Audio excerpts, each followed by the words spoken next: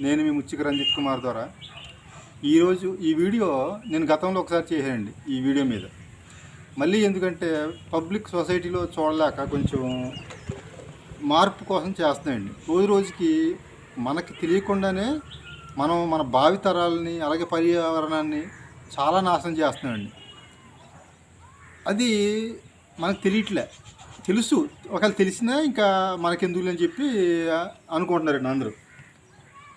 ఎవరికి వాళ్ళు సొసైటీలో నేను ఒక్కరిని మారితే సరిపోద్దా, నేను ఒక్కడిని నా ఒక్కడితో మార్పు రాదు కదా అని అందరూ కూడా అలా ఇదవుతున్నారు.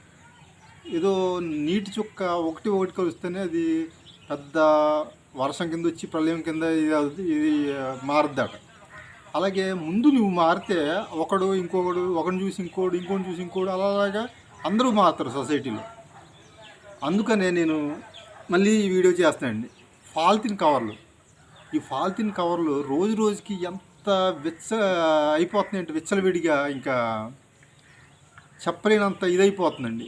వేస్ట్ ఉన్నాయి, చాలా సొసైటీలో చాలా సమస్యలు ఉన్నాయి. కానీ పాలిథిన్ కవర్లు అని ఎంత పెద్ద సమస్య అంటే మనకు తెలియట్లే.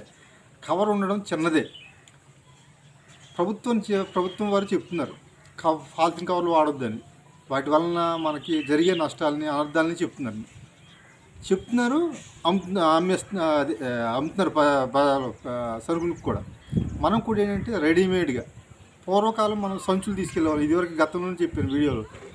ఆ సంచులు ఇప్పుడు ఎవరు తీసుకెళ్లే పరిస్థితి లేదు. అందరూ అఫీషియల్గా వెళ్తున్నారు. కవర్లు పట్టుకొని కూరగాయలైనా ఫ్రూట్స్ అయినా కిరాణా అయినా ప్రతి దానికి కవర్లే వాడుతున్నారు.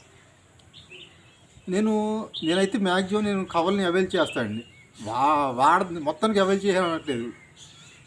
అసలు దొరకని పరిస్థితుల్లో ఇంకా ఏమీ లేవు అన్న ఇదిలో నేను కవర్లు వాడతాను కంపల్సరీగా.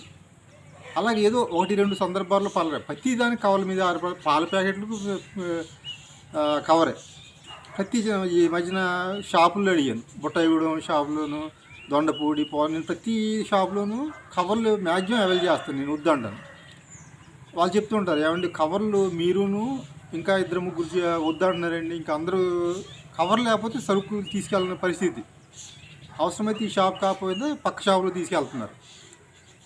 నేను 10 రూపాయల సరుకులు కొన్నా కవర్లు అడుగుతున్నారట. ఆ షాపులు చెప్తున్నారు. అంటే మార్పు అనేది ప్రభుత్వాల దగ్గర, ఫ్యాక్టరీ యజమానుల దగ్గర రావడం కాదు, మన దగ్గర రావాలి ముందు.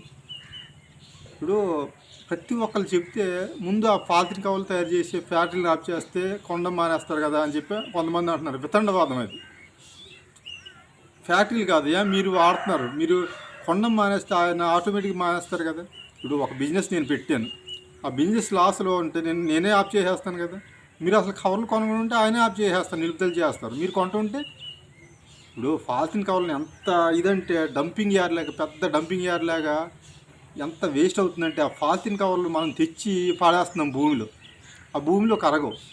అందుకే ఈ వర్షాకాలం వానలు పడవు, వేసవికాలం వాతావరణ మార్పులు వాటి వల్లనే.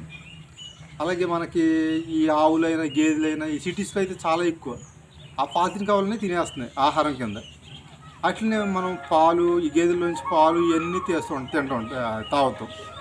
అంటే ఇండైరెక్ట్గా మనం పాలిథిన్ కవర్లు తినేస్తున్నాం. అలాగే గోదావరిలో, సముద్రాలు పాలిథిన్ కవర్లు పడేయడం వలన వాటిని చేపలు తిని, ఆ చేపలను మనం తిని ఇండైరెక్ట్గా మనం ఇది అవుతున్నాం. ఇవంతా చూడలేక మళ్ళీ రెండోసారి గత వీడియోలో చెప్పాను, అయినా రెండోసారి వీడియో ఎందుకు చేస్తానంటే మారదాం. మనమైనా కొంచెం ఇక ముందైనా తప్పని పరిస్థితుల్లో వాడండి, అంతేగాని దాని మీదే డిపెండబుల్ అవ్వద్దు. మన భావితరాలు మనం ఇప్పుడు ఇలా ఉంటున్నామంటే భావితరాలు ఇప్పుడు సిటీస్లో అనుకుంటున్నాం, ఏజెన్సీలోనే అసలు పెద్ద ఏదో డంపింగ్ యార్డ్ లాగా ఉంటుంది. ఆ సందుల్లో ప్రతి దానికి కవరే. పేస్ట్ కొన్నా కవరే, పెన్నులు కొన్నా జేబులు వేసుకునేది కూడా కవరే. ప్రతి దానికి కవర్ వాడుతున్నారు. ఈ వీడియో ద్వారా నేను చెప్పదలుచుకున్నది అదే. దయచేసి మనం సంచులు వాడదామండి. పూర్వకాలం లాగా సంచులు వాడి ఇచ్చేద్దాం. పర్యావరణానికి మన వంతుగా ఇచ్చేద్దాం. కనీసం మన ఆరోగ్యం విషయంలో మనం ఇచ్చేయాలి కదా. ప్రతిదానికి కవర్ మీద డిపెండబుల్ అవ్వకూడదు కదా అని కోరుకుంటూ ఈ వీడియో చేస్తున్నానండి. నమస్కారం.